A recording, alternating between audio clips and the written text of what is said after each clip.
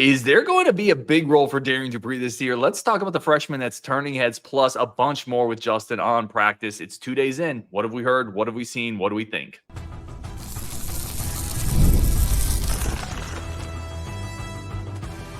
You are Locked On Badgers, your daily podcast on the Wisconsin Badgers. Part of the Locked On Podcast Network, your team every day. What is going on, Badger fans? Welcome to Locked On Badgers, your team every single day. Thank you so much, part of the Locked On Podcast Network. I'm your host, Ryan Harings. We appreciate you tuning in. There's a bunch of stuff out there you could be doing instead of this. So thank you. If you're listening on the podcast, listen on YouTube, wherever it is. If you're listening at work when you should be working, that's cool too. I'm not going to tell the boss. Maybe he's listening too. It's all good. Thank you for joining us. Today's episode is brought to you by GameTime. Download the GameTime app, create an account, use code LOCKEDON to get $20 off your first purchase.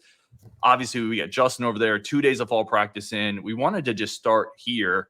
What has stuck out the most? I think for you, Justin, you want to start with Darrion Dupree. You want to start with the running backs. I'm going to give the floor to you because we're all about giving flowers when people get the takes right, because you and I both take crap when we get them wrong. You were super high on Darrion Dupree. Not the only person. I love him too, but you were super high on him. So far, early returns, he's turning heads. Mm-hmm. I think that he has a chance to be special. We talked about it when we originally recruited him. I thought he had a lot of Aaron Jones in him, and I think that's what he is. I think you have a power back and more in Jones, and Dupree is a guy who's kind of a slasher. He's very like twitchy and quick through holes, and very good at cutting. Has great balance. You and I have discussed that numerous times. Like there's times where you see him just flipping around where you expect him to go down, and he ends up keeping his feet. He's a guy that just has some abilities that you don't normally see. I've seen people compare him to Calhoun. I think that's a pretty good comparison for him at the college level. I think he might have a little bit more power to his game than Calhoun had. He's bigger than him. Like he's 205 right now. I think Calhoun really struggled to hold 200. Mm-hmm. So I think that he's capable of running between the tackles a little bit more. But I think that's a really good comp because he is a guy who can slice and dice, and I think that he can really do some special things for us while he's here. Well, we saw the clip. It's on social media now. Out in the flat against Jaheim Thomas, and he kind of left him in the dust. Now, I want to be fair on something. That's a really hard when it is field one-on-one. For Jaheim's sake, he's got to be like, can we just take this down now? Yeah, like that's not the easiest rep for a defensive player to be involved in, but you can still listen. Ultimately, though, there's going to be situations in a game where the running back is manned up on a linebacker in space. And if Dupree can do that to Jaheim Thomas, who was is a really athletic linebacker, sixth in the SEC in tackles last year, if he can do that to him, there's not going to be a lot of linebackers that stick with Darrion Dupree. Because Jaheim I would agree with that. We know he was super advanced as a receiver. Mm-hmm. Like he is borderline probably, he's probably the best receiving back that we've had since James White. Like he might already be at that, like in that conversation. Like White is obviously probably better, but I'm talking college time people, not NFL. But I think that it's not, there's not a ton of backs that we look at in Wisconsin's history that were like, oh, that guy was a really gifted receiver. Dupree, that's one of his special tools.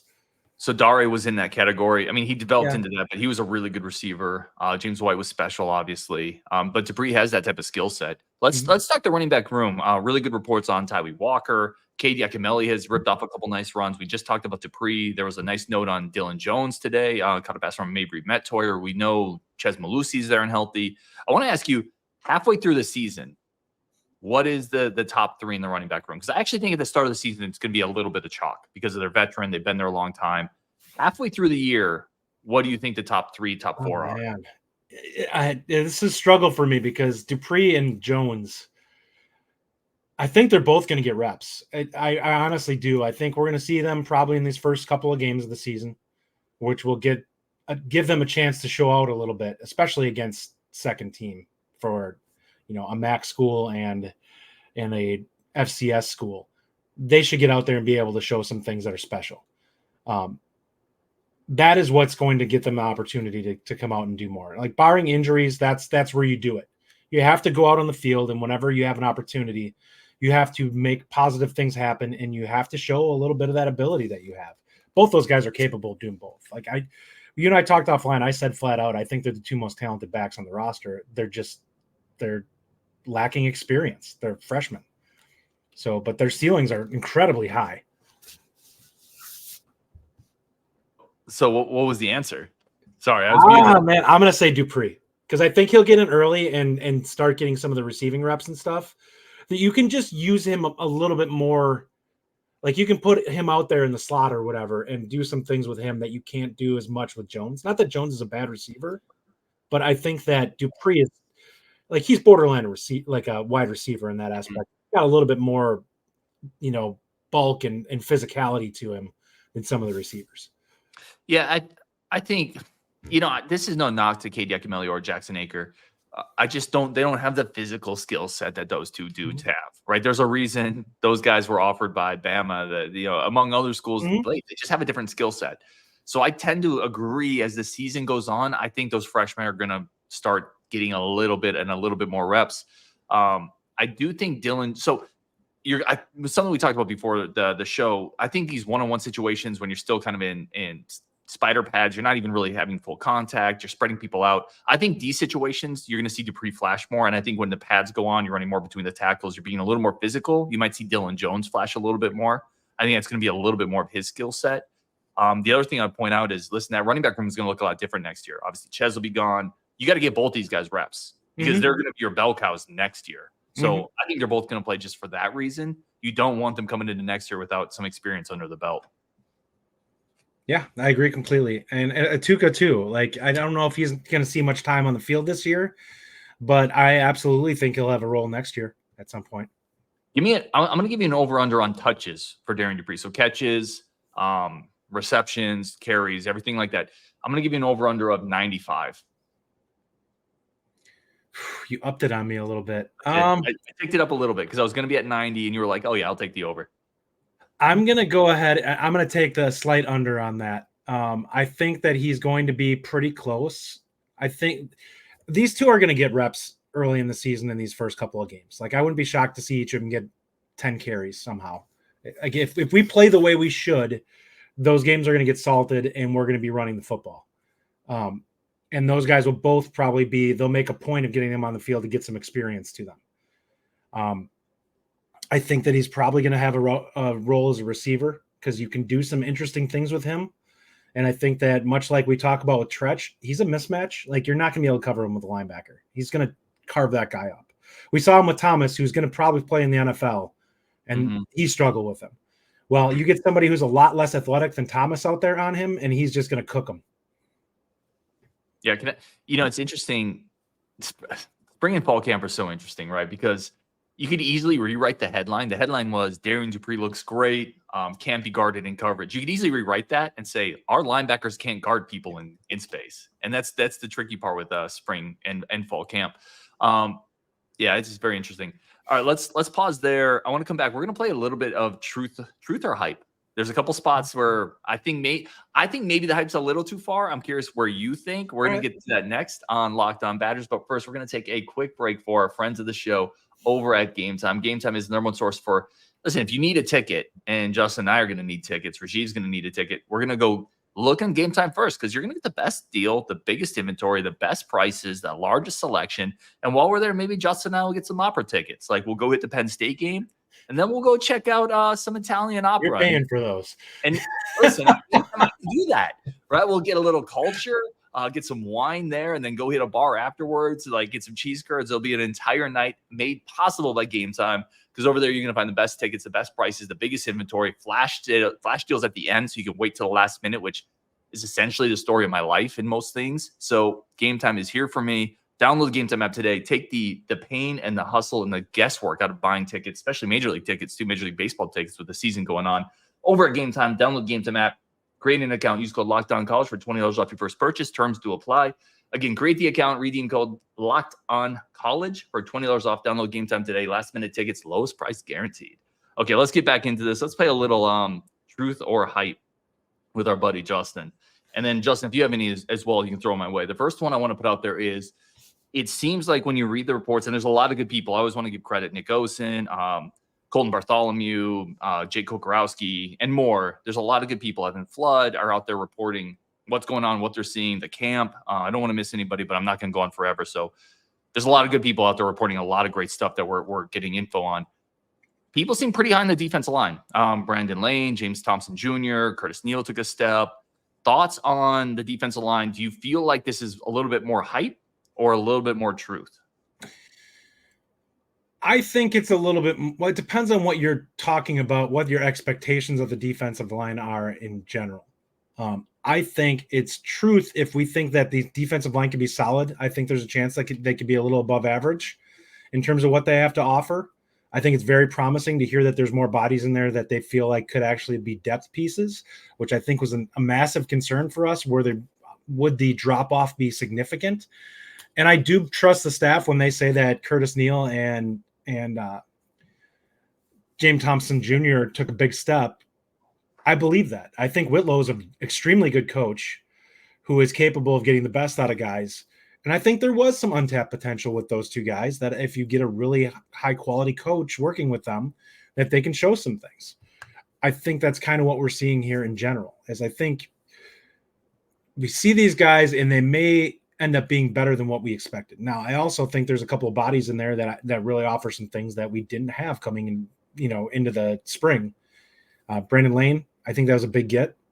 I think we really missed having a guy who's in that 300 plus ability to move well and penetrate a little bit in the run game. That's significant for Wisconsin because that is something that I really like. James Thompson Jr. That's not really his skill set. Like he's not a plugger in the middle who's going to be able to hold up and potentially penetrate a little bit. Like he's more of like a 290 guy. He's not really a 300 plus guy. Yeah, I think you stated that really well. Hyper-truth does depend a little bit on your expectations and what you're picking up on. I do tend to think, and people think I'm a bit of a hater on this. Listen, nothing would make me happier than the defense line takes a massive step, and I'm rooting for every single one of these guys. I love the young talent on the roster, and I believe you. I agree. Another year under Brady Collins and a year with E.J. Whitlow, I bet you James Thompson Jr. did take a step up.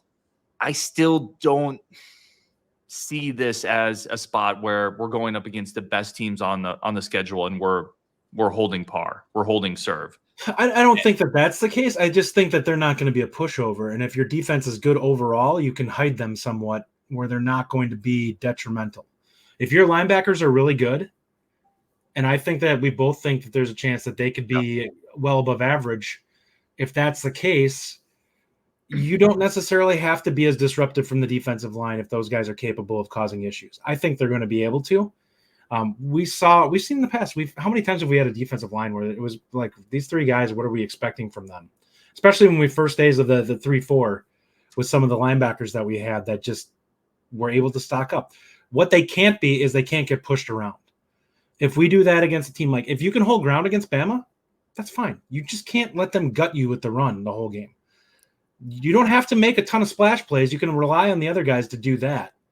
But you can't get pushed around and give these gaping holes where they can just,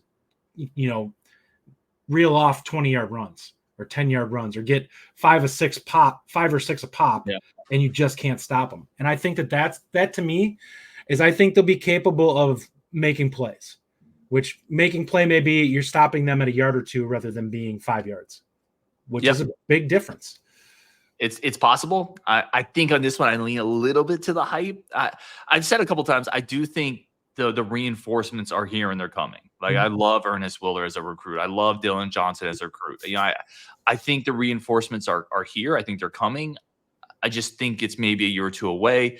And I would point out, even when you look at, you mentioned some of the old Badger defenses, even some of those Badger defenses that were really good, that were led by their linebackers, to your point, the disruptive linebacking core, they still had NFL guys on the defensive line. They still had Benton. They still had Loudermilk. They still had Henningsen. Like those are all NFL guys. Before them, there were a couple guys that weren't really. Alec James had 7.5 sacks, 6.5 sacks as a defensive I'm end. going even earlier than that. So before that, you're not in the Schobert and them were there. You had, who was the big Hawaiian dude that was in the middle? Olive Sagapolu. Yeah, Sagapolu. He was solid. Yep. And then you had a couple other guys that were bleed overs from the 4-3 era that were okay, but they weren't like NFL guys. But they were solid and they didn't get gashed. Like they were, like, I mean, I guess you could say Bo Allen back in the day, but other than him, there really wasn't anybody you looked at and you're like, these guys are dudes. You're just like, they do their job. They're effective at what they do. They fight and they give effort, and they allow the linebackers to do their work.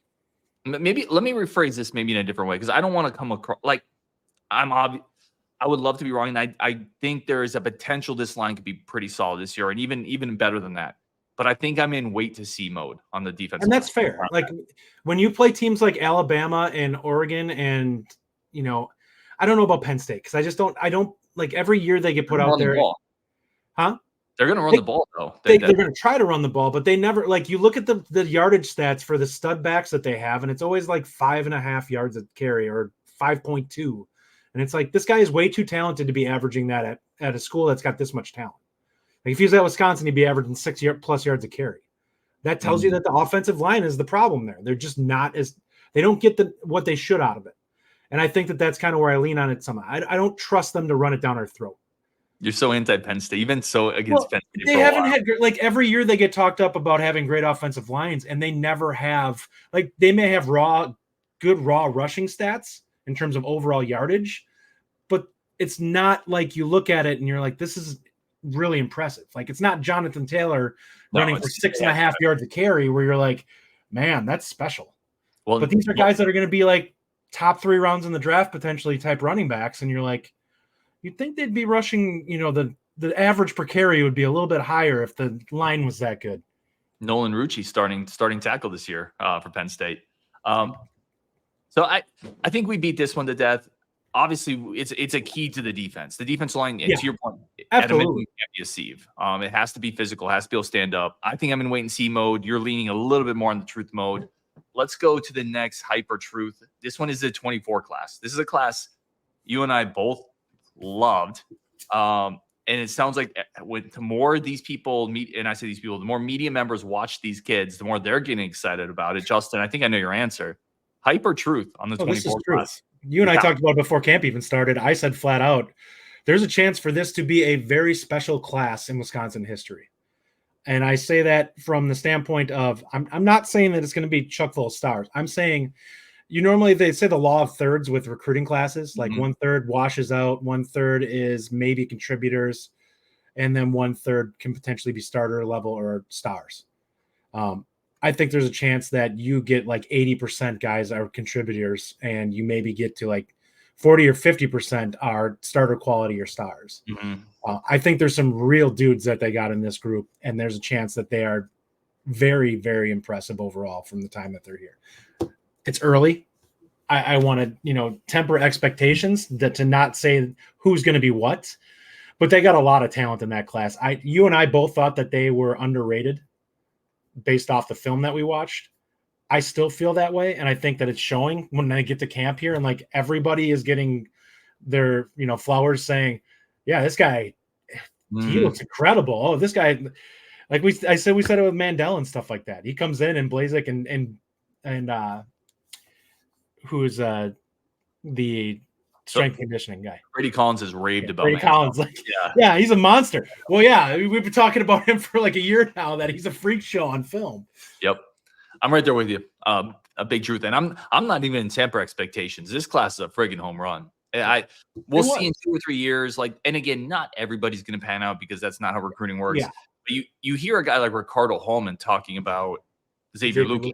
How did they let him get out of Florida? You hear Braden Locke talk about the freshman running backs. They're beasts. You hear Braden Collins talk about Cubberly, Mandel, and Haywood. Like, these guys' testing numbers are through the roof. And by the way, guess who got snaps with the number 2 defense? Thomas Heiberger, right? Like this Ananelu doing really good things. Coming in at 237 and a 6'2" frame. Like, that's a perfect weight for him. This class is ridiculous. And Agard also, like, hearing good things about his technique and how you and I talked about that. Like, I flat out said when we were recruiting him, this is the most advanced corner I have ever seen the Badgers recruit ever. Yeah. Like, we've been following recruiting for like 20 years. I'm like, this guy's so far ahead of where anyone is. And Rico's probably the closest person that you'd look at in terms of where he is now. Agard, if they had to play him this year, I would be like, yeah, I feel comfortable with him being out there. Like, I think he's so like locked in and technique savvy that he's not going to get beat up. Like, he showed out really well at the All-American Bowl. Yeah. Because he's a guy who plays beyond his physical tools because he's so like locked in from a technique and understanding of what he's supposed to be doing that he just does not make a lot of mental lapses that some corners do. He's kind of the perfect complement to Xavier Lucas, right? Oh, yeah. Lucas is a big physical boundary guy, and then you can stick A-guard on just about anybody, and he's going to mirror him, short area quickness. It's Top Gun, man. It's Iceman and Maverick out there. Lucas is Maverick, and you have A-guard that Iceman. He just waits for you to make a mistake. Right, Val Kilmer, that iconic role. I'll say this too. A-guard came in at 5'11" on the roster, which if that's accurate, then I talked about him being a pro prospect. Yeah. He is absolutely a pro prospect if he is. Yes, that's the first thing I said when I saw that height. Especially the 180 too. I was not expecting him to be that heavy. That was much heavier than I anticipated him being physical. I thought he'd be 170 at best. All right, let me give you my last hype or truth. Some interesting buzz so far. Will Pauling, bigger and stronger. CJ Williams maybe taking that second-year bump. Trech obviously coming in. Heard some good things with Vinny Anthony. Quincy Burroughs has had offseason hype. Is this the receiver room that we thought we were getting last year? Truth or hype on the receivers? Actually, I'll start on this one because I put you on the spot for the next two, and then you follow me up on this. I actually think there's some truth here. I think we got a little ahead of ourselves, but the talent that we were excited with CJ Williams is still the talent that's there. We know what Pauling is. And we know I think we have a really good idea what Trech is. I've heard nothing but great things with Quincy. We've already seen some flashes with some of these guys, and we saw some towards the end of last year. I don't think it's like an Ohio State receiver room or anything like that. Don't get it twisted. But I do think this room takes a pretty good step up from last year's room. And in that sense, I think the truth is real. I don't think this one's hype. I made the comment on the Discord, I believe, where I said, I think this is a group that, like, don't get it twisted. They're not an Ohio State. They're not an Alabama type one, but they can be a really good power 4 wide receiver room. They're going to lack the top freak show talent, but they can be really good for what they are, which is a bunch of guys who are capable of winning their one-on-ones, and they're not going to probably break off 70-yard touchdowns, but they can consistently win, and that's going to be enough to open up the offense. Because if you have guys across the board that are making plays, you can go through your reads and find the guy that should be open. Yeah, I'm right there with you. I think it could be a really good collective group, and so I'm buying that one. All right, we're going to take one more quick break. We're going to come back, and I'm going to ask Justin if I'm being a little too critical with the transfer guy that came in, plus how long should the quarterback competition kind of go on, and is there a point where it's not a good thing for the team? Get Justin's opinion on both of those coming up on Locked On Badgers. But first, a quick break for our friends of the show over at eBay Motors. eBay Motors is the best spot if you want to buy car parts, because quite frankly, a lot of people, you don't want to go to the shop. Justin he doesn't want to go to the shop. Like, Justin wants to stay at home, chill out, watch some Badgers football. So go to eBay Motors. I don't want to go to the shop either. I'm going to talk to some dude who doesn't really want to be there. Might not have the part in the back. He's going to do the best he can do and just find the exact part you need with eBay's guaranteed fit. Find it online, over 122 million parts, whatever you need for your ride or die. You got to keep that sucker alive, because your ride or die gets you places, man. You go through a lot with your ride or die. Be there for her. Like, get her what she needs, right? It's always about you, bringing you to the quickie mart, bringing you to the game. Get something for your ride or die over at eBay Motors. The right parts, the right fit, the right prices. eBay Guaranteed Fit is only available to U.S. customers. Eligible items only. Exclusions do apply. All right, Justin, let me give you this question here.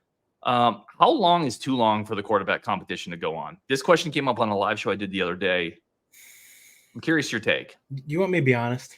Be honest. I'm not sure how much of a competition. Like, this feels like a token conversation to a point, and I don't know how much is really, like, if they needed to grab reps right now and say we need to go into this further. I think right now what they're trying to do is they're trying to make sure that Locke is as prepared as possible to be the backup. But I think that most people would say that TVD is probably the guy. And I think that they'll let it play out for a little bit. And when they feel like they need to really start preparing for week 1, they'll do what they need to do. And that, I'm not going to say that it's not possible for Locke to win. It's unlikely unless Tyler Van Dyke just absolutely craps the bed. Like, if he falls apart in camp, then yeah, you're going to probably put Locke in there. And as Badger fans, I want to be very clear about this. he can be a very good quarterback in the Big Ten. The ceiling just isn't as high as what we think it is with Tyler Van Dyke. And part of that is physical tools. Tyler's got an absolute NFL arm, which gives you some flexibility on some plays. And it also gives you some ability to make throws against teams that have more athleticism than you that you can't make if your arm is. And I think that I wouldn't say that Locke doesn't have a good arm. It's just not a cannon. So right now you're just trying to get them both ready is basically how I look at it. Yeah, you look at it very similarly than I do. I think it's a competition in the sense that if Locke plays incredibly well and TVD kind of falls off the cliff, it's kind of an opening there. But otherwise, you're going with TVD. Yeah. He just has more upside. He's more size. He's a little more mobile as well. And quite frankly, if you go with Locke and it doesn't work out, it may be hard to shift to TVD at that point. But if you go to TVD and it doesn't work out, it's a lot easier to shift to Locke because you're still invested in him in the future. I think for a lot of reasons it's TVD. I agree with you there. Let's go to this one. Am I too hard on? So Brandon Lane, coming in, transfer defensive lineman. I got a comment that said, keep sleeping on Blaine. He plays with a chip. So my comments on Lane were, I think he's a really good addition. I like the pickup. Great size. I think he's going to fortify the rush defense. I think that's incredibly important. I just don't see him as a really big, disruptive defensive lineman. Am I crazy, or what are your thoughts on Lane and the type of impact he can have on the defensive line this year? I think that much like myself, you take this one with a wait and see in terms of disruption. I think we really like the frame. I think that he's at a good weight. He's pretty close to where Benton was when he was here. But listen, any nose guard saying that they're going to be a disruptive force is, what does that mean? Because normally nose guards don't have huge disruption numbers. Benton had incredible ones, which you and I were super high on him as going into the pros. And lo and behold, has a really good rookie season. He was a freak. Now, if Lane ends up being that, then he's definitely an NFL player, and he's going to be a guy that this defensive line is going to be far better than what we expected. Because if you have a guy in the middle who is capable of blowing things up against even good teams, and that's just it. We saw Benton do it against Ohio State. Like, he was blowing their center up. He had 2 sacks in that game against a team that ended up going to the national semifinal. So he was a freak. If Lane can be that type of player, then absolutely. The defensive line is far better than we expected. He's going to be a lot more disruptive than we're anticipating. And he probably gives them some flexibility in terms of things they can run in terms of sets too. Now if you want to start running 3-3-5 more instead of a 2-4-5, absolutely. You can do it because you have that guy in the middle that you can trust to be a little bit of a disruptor and also a guy who can hold the middle. Yeah. And I'm telling you, like, so much of this year is predicated on, can the defensive line, can guys like Lane at 312, which is where he's coming into fall camp, can they get the opposing offense to 2nd and 9? And if they can do that, it's an enormous win because then the linebackers feast. We absolutely struggled with that last year. All the time we give up 5 yards and you'd be like, you can't do it. You can't win games that way. Yeah. And I think Lane's going to help in that sense. So I'm really big on the pickup. I have to wait and see if we're going to start to think he's going to be a disruptive guy or not. Last question here. This is from Nick. He says, love the show. First of all, appreciate that, Nick. You're amazing. Thank you. Justin, defensive player who he says shocked people this year, but a defensive player even that just is going to play a big role that nobody is talking about. Oh, man. It's probably going to be someone like Pius, who I think has a chance. Like people are talking about him, though, right? That's fair. And Fort Green's been talked about a little bit. It might be one of the freshmen. That's where I'm going. We're really talking about it. It could be. I don't think that the cornerback room is locked in. You're going right where I'm going. I think there's Xavier Lucas and I think Agard. They're both that talented of freshmen that they are capable of unseating somebody. Like we're talking. I talked about this when we were recruiting them. These 2 guys could both end up being all conference guys. Xavier Lucas might be all American type ceiling with the type of physical measurables he has. So they are guys who are coming in that have some pedigree in terms of athletic tools and played at really good schools. So those guys aren't coming in. They've been trained pretty well. I think that there's a chance that they could push. If the physical tools are there, I really like the tools of the guys that are in there. These guys can play with them.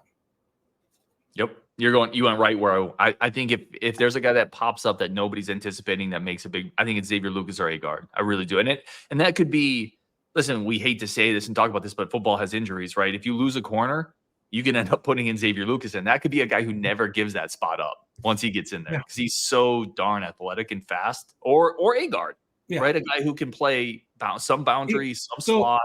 Here's a good comp probably from Badgers to look at. Think Sojourn Shelton in terms of Agard, but with better physical tools.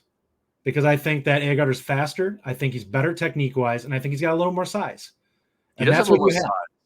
I don't know if he's faster than Shelton. I think Shelton was more like a high 4.5 guy. He was not overly quick. I don't think that Agard's a burner, but I bet you he's somewhere in the mid 4.5s, low 4.5s. I like the Sojourn comp. I think Shelton and him probably comp out pretty similarly speed, but I do think Agard is coming in a little more advanced, and I do think he's a little bigger. So I'm all for that. And even if he literally was a 1-for-1 copy of Shelton, like Shelton came in and played. I played 4 years as a starter and played as a freshman and had how many picks his freshman year? Was it 4 or 5? 4 picks, I think. Yeah. Right. So I'm even if that's, I hate to say, even if that's what you get, it's a huge win. That was a big time quality Big Ten cornerback. All right, Justin, as always, man, thank you. Football's back. And there's nothing better than that. So we appreciate everybody for tuning in to everything we both kind of do on Twitter, on our shows, on his show, on the Bucket Report, on Locked On. Bunch more content coming up as always. Thank you so much. Start looking out for, Justin and I are going to be coming down to the open practice August 10th. We'd love to maybe plan something out, meet up with some people. That'd be a lot of fun. And then hang out at the practice, talk ball. Justin, anything else? No, man. I think we covered it. We could probably go for a couple more hours if we wanted to. We could. How long people would stay with us, I don't know. The numbers would just start dwindling. It would just be us at the end, but we could definitely do it. Bunch more content coming up. When you're done here, go check out Locked On Packers, Bucks, Brewers. Get all your in-state content on the Locked On Network. On Wisconsin, and we will talk later.